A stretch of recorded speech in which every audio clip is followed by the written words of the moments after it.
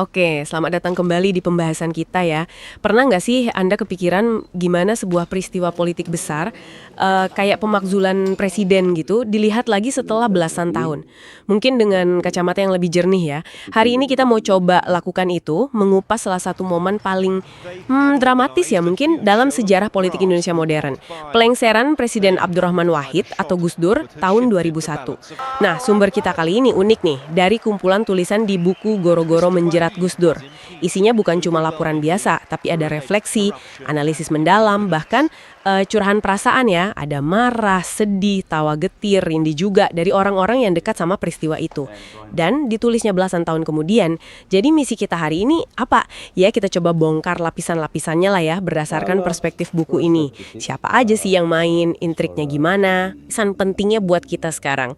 Mari kita gali bareng. Mungkin kita refresh sedikit dulu kali ya soal siapa Gus Dur waktu itu. Sosoknya kan sangat nggak biasa ya untuk jadi presiden. Iya, betul. Kiai intelektual, humoris, tapi juga pembela kemanusiaan, pluralisme. Nah, gimana sumber ini melihat posisi beliau pas terpilih tahun 99 itu? Ya, sumber yang kita bahas ini memang sangat menekankan ya keunikan posisi Gus Dur saat itu. Menurut para penulis di buku ini, Ada beberapa faktor kunci yang disorot nih. Pertama, jelas rekam jejaknya. Konsisten sebagai figur oposisi terhadap rejim Orde Baru Soeharto. Itu kan kasih legitimasi moral yang kuat ya. Kedua, basis masa akar rumputnya. Solid banget dari kalangan Nahdlatul Ulama, NU, organisasi Islam terbesar yang pernah beliau pimpin kan. Ketiga, visinya. Jelas soal demokrasi, HAM, pluralisme. Yang menarik nih, salah satu penulis, Marzuki Wahid, malah melihat minimnya pengalaman Gus Dur di birokrasi itu sebagai kekuatan. oh iya, kok bisa jadi kekuatan? Karena dianggapnya beliau nggak punya beban masa lalu, gitu. Nggak punya... Betul, gebrakannya itu fundamental banget dan langsung nyasar ke pilar-pilar Orde Baru. Sumber ini nyatat beberapa langkah kunci ya. Misalnya, pemisahan institusi TNI dari Polri. Iya, itu krusial banget ya. Krusial untuk demilitarisasi kepolisian. Terus, secara bertahap mengakhiri konsep dui fungsi ABRI, yang selama Orde Baru kan ngasih militer peran sosial politik dominan banget. Gus Dur juga berani membubarkan lembaga yang dianggap sebagai instrumen represif Orde Baru, kayak Bakorstanas. Bakorstanas, iya, badan intelijen itu ya. Betul, sama menghapus proses litsus, penelitian khusus, yang dulu sering dipakai buat nyingkirin lawan politik pakai isu ideologi. Termasuk pembubaran 2 departemen yang sempat heboh banget waktu itu ya, Depen sama Depsos. Tepat sekali. Departemen Penerangan yang zaman Orde Baru kan jadi corong pemerintah dan ngendaliin media. Sama Departemen Sosial yang waktu itu dianggap banyak masalah lah, inefisiensi, dugaan korupsi. Selain itu, langkah rekonsiliasi dan pengakuan hak minoritas juga penting. Pengakuan resmi Konghucu, Imlek jadi hari libur fakultatif, yang kemudian jadi libur nasional kan? Iya, betul. Ganti nama Irian Jaya jadi Papua sebagai bentuk penghormatan. Terus komitmen kuat ke otonomi daerah. Semua ini dilihat sebagai upaya serius membongkar warisan sentralisme dan represif Orde Baru. Selain kebijakan, gaya kepemimpinan beliau juga kan sering disebut beda banget. Sumber ini nyinggung itu juga nggak? Saya ingat cerita soal istana yang jadi lebih sederhana gitu. Iya, ada beberapa penulis nyinggung soal gaya kepemimpinan Gus Dur yang informal, yang membumi itu. Kesederhanaan istana misalnya. Tamu bisa disuguhi kacang rebus, jagung rebus, nggak protokoler kaku kayak sebelumnya. Ini dilihat sebagai upaya Gus Dur mendekonstruksi citra kekuasaan yang, ya, angkuh gitu, jauh dari rakyat. Sejalanlah sama pandangan beliau kalau politik itu ya sarana pengabdian kemanusiaan. Oke, tapi kan kita tahu juga perjalanan beliau jadi presiden nggak mulus ya.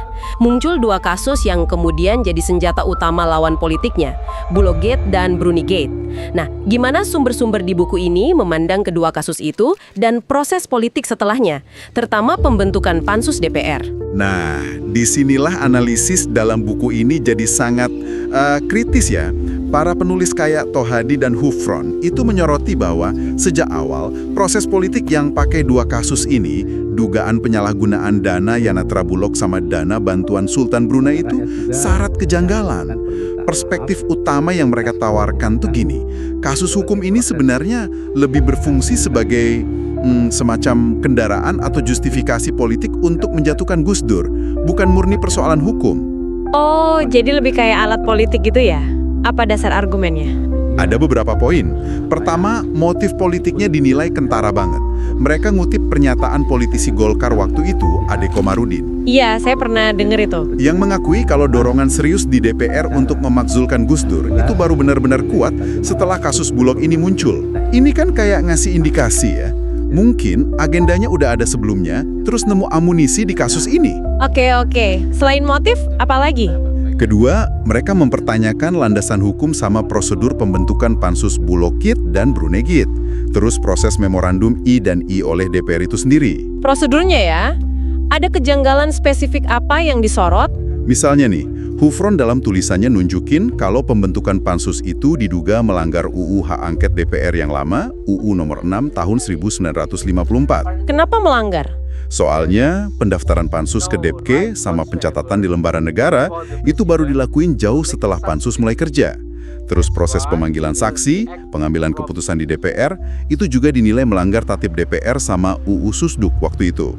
Waktu buat presiden jawab memorandum juga dipercepat secara paksa, nggak sesuai sama TAP MPR yang berlaku. Jadi kesannya buru-buru banget gitu. Wah, oke. Jadi secara prosedur udah dinilai banyak masalah ya. Tapi kalau substansi tuduhannya sendiri gimana? Apa memang ada bukti kuat keterlibatan Gus Dur menurut temuan hukum waktu itu? Nah, ini poin krusial lainnya. Para penulis ini menekankan bahwa Kejaksaan Agung di bawah Pak Marzuki Darusman terus Pak Baharudin Lopa saat itu setelah melakukan penyelidikan menyatakan nggak nemu cukup bukti untuk jerat Gus Dur secara hukum di kedua kasus itu. Oh, Kejaksaan Agung sendiri bilang gitu ya? Iya, faktanya kan dalam kasus Bulog Date malah orang lain, mantan Wakabulog Sapuan sama orang dekat Gus Dur, Suwondo, yang kemudian diadili dan dihukum. Ini makin memperkuat argumen di buku ini kalau fokus ke Gus Dur itu lebih politis. Mereka juga kritik lompatan logika hukum DPR. Rekomendasi pansus kan bunyinya patut diduga ikut berperan. Nah, itu disamakan sama syarat pemaksulan di TAP MPR saat itu, yaitu presiden sungguh-sungguh melanggar haluan negara. Kan beda banget ya level pembuktiannya. Iya ya, beda jauh itu. Kalau gitu siapa aja sih kekuatan politik yang menurut analisis di buku ini merasa terusik gitu dan berkepentingan menjatuhkan Gus Dur? Analisis di buku ini nunjuk ke konstelasi kekuatan yang lumayan kompleks ya.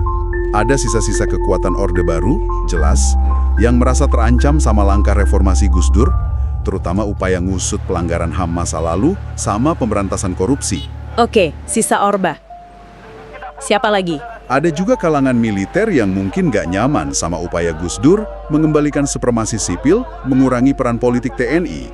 Selain itu, ya politisi-politisi dari partai lain, bahkan dari lingkaran koalisi sendiri, yang merasa kepentingannya terganggu. Terganggu karena apa misalnya? Ya, karena perombakan kabinet yang sering Gus Dur lakukan, sumber ini nyebut eksplisit nama kayak Menko Kesra Jusuf Kalla dari Golkar, sama Menteri BUMN Laksamana Soekardi dari PDIP yang diberhentikan. Atau karena konflik rebutan posisi strategis, kayak kasus pemilihan Kapolri Jenderal Bimantoro itu. Jadi banyak pihak yang kepentingannya kesenggol gitu ya? Intinya gitu, Gus Dur dilihat sebagai penghalang lah bagi agenda politik dan ekonomi kelompok-kelompok ini. Tekanan ke Gus Dur makin kenceng ya berarti. Bahkan ada penulis di buku ini, Aksin Wijaya, pakai istilah mihnah untuk menggambarkan situasi Gus Dur. Bisa dijelasin dikit nggak makna istilah itu di konteks ini? Iya, istilah mihnah itu kan dalam tradisi Islam klasik merujuk pada semacam ujian atau pengadilan berat ya, yang dihadapi ulama atau tokoh karena mempertahankan keyakinannya di hadapan penguasa atau tekanan publik yang memusuhi. Nah, Aksin Wijaya pakai analogi ini untuk menggambarkan gimana Gus Dur, menurut pandangannya, sedang diadili dan dizalimi oleh kekuatan politik yang bersekongkol melawannya. Karena apa? Ya karena prinsip-prinsip reformasi, demokrasi, pluralisme yang beliau pegang teguh itu. Jadi kayak ujian keimanan gitu ya? Masyarakat, ada yang membela kayak Aula Warta. Bahkan lewat buku-buku yang sengaja diterbitin buat mendiskreditkan, yang beberapa dinilai cenderung fitnah. Nah, ngomongin soal persekongkolan nih, buku ini kan terbit setelah muncul buku lain karya Firdika Rizky Utama, Menjerat Gus Dur, yang katanya mengungkap dokumen rencana pelengseran.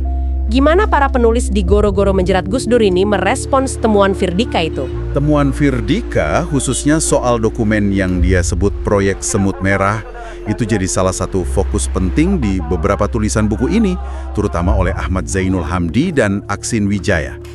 Mereka melihat temuan Firdika yang katanya didapat dari tumpukan kertas bekas di kantor DPP Golkar itu, ya sebagai semacam konfirmasi atas dugaan adanya skenario atau konspirasi sistematis buat jatuhin Gus Dur yang sebenarnya udah lama beredar di kalangan pendukungnya. Isi dugaan skenario di dokumen Semut Merah itu apa aja yang disorot?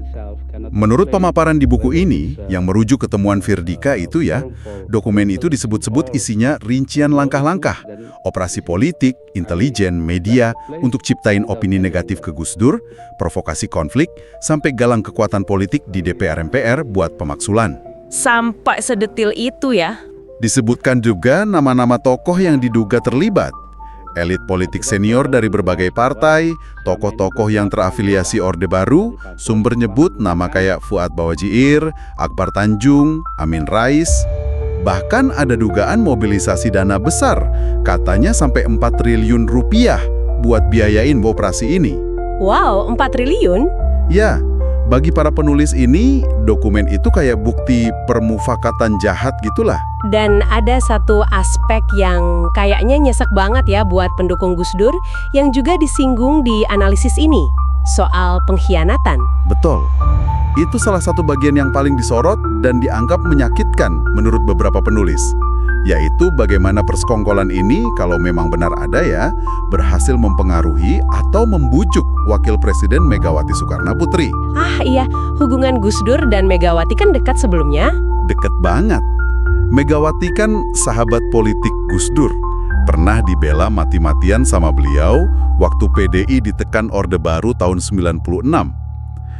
Tapi akhirnya ikut hadir dan ngasih legitimasi ke sidang istimewa MPR yang melengsarkan Gus Dur. Kehadiran Megawati ini dilihat sebagai pukulan telak. Penulis Fawizul Umam sampai ngasih judul tulisannya, "Luka ini bukan karena dikalahkan, tapi karena dikhianati." Itu kerasa banget nuansanya. Nyesek banget ya rasanya kalau gitu. Ini juga dilihat sejalan sama teori Samuel Huntington soal risiko kembalinya kekuatan lama, dalam hal ini sisa Orba dan elit lama, yang membonceng figur reformis lain dalam transisi politik yang rapuh. Menghadapi tekanan dan dugaan pengkhianatan sebesar itu, gimana Gus Dur sendiri meresponsnya? Sumber-sumber ini kan banyak cerita soal sikap beliau yang kesannya tenang, bahkan woles gitu ya.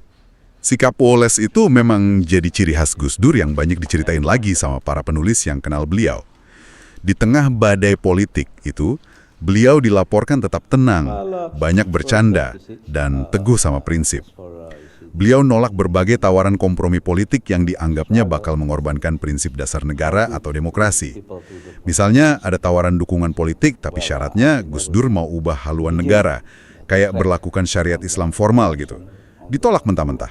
Wah, prinsipnya kuat banget ya. Iya, bagi Gus Dur, demokrasi, Pancasila, kemanusiaan, itu nilai-nilai yang nggak bisa ditawar, harga mati. Ada cerita spesifik yang menarik nggak dari buku ini soal sikap woles Gus Dur itu? Wah, banyak banget. Misalnya RN Bayu Aji, cerita gimana di tengah panasnya isu impeachment, Gus Dur masih sempat balas-balasan tulisan di Kompas sama budayawan Romo Sindunata. Bahas apa? Politik juga? Bukan. Bahas taktik sepak bola Italia, Catenaccio. Ini kan nunjukin kemampuannya jaga jarak dari persoalan ya. Kayak ngingetin kalau hidup tuh bukan cuma soal politik melulu. Ada juga kesaksian Moh Syaiful Bahar. Waktu ribuan pendukungnya dari Jawa Timur datang ke istana, udah siap perang gitu, penuh amarah mau bela beliau. Terus gimana? Gus Dur malah keluar nemuin mereka, terus ngeluarin joke khasnya. Cerita soal orang Madura tanding ketangkasan lawan Robin Hood sama Rambo. Tujuannya jelas, buat ngademin suasana, redain ketegangan, cegah potensi kekerasan.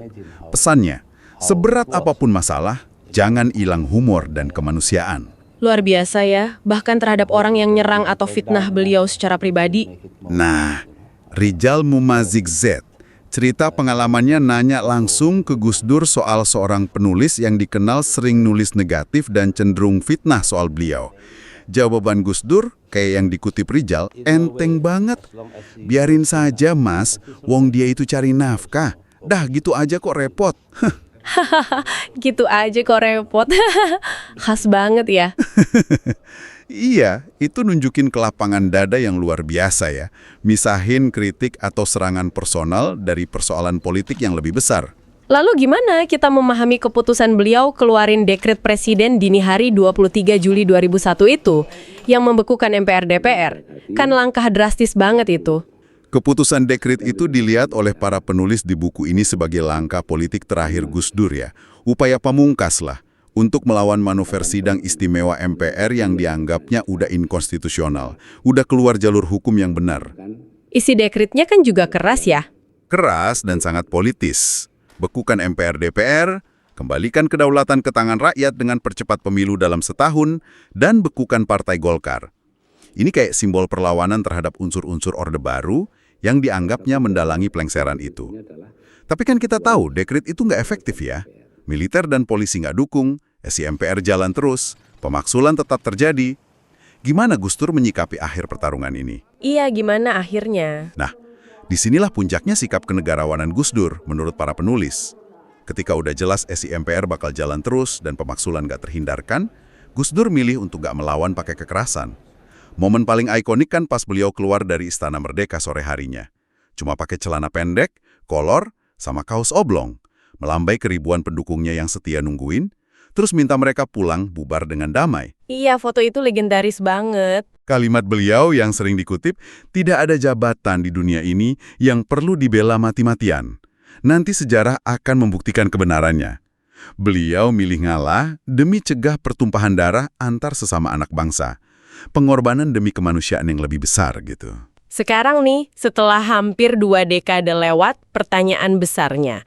Apa sejarah kayak yang Gus Dur bilang akhirnya membuktikan kebenarannya? Gimana para penulis di buku Goro-Goro Menjerat Gus Dur ini melihat warisan peristiwa ini? Sebagian besar penulis di buku ini kayaknya meyakini ya kalau waktu telah membuktikan kebenaran Gus Dur dan integritasnya. Mereka nunjuk ke beberapa hal. Pertama, penghormatan publik yang luar biasa ke Gus Dur, bahkan setelah beliau wafat. Makamnya selalu ramai ya? Betul. Makamnya di Tebu Ireng, Jombang, itu nggak pernah sepi peziarah. Jadi salah satu pusat spiritual penting di Indonesia. Kedua, terus hidup dan berkembangnya gerakan sosial Gus Durian di mana-mana. Yang aktif perjuangin nilai kemanusiaan, pluralisme, anti korupsi, keadilan sosial warisan Gus Dur.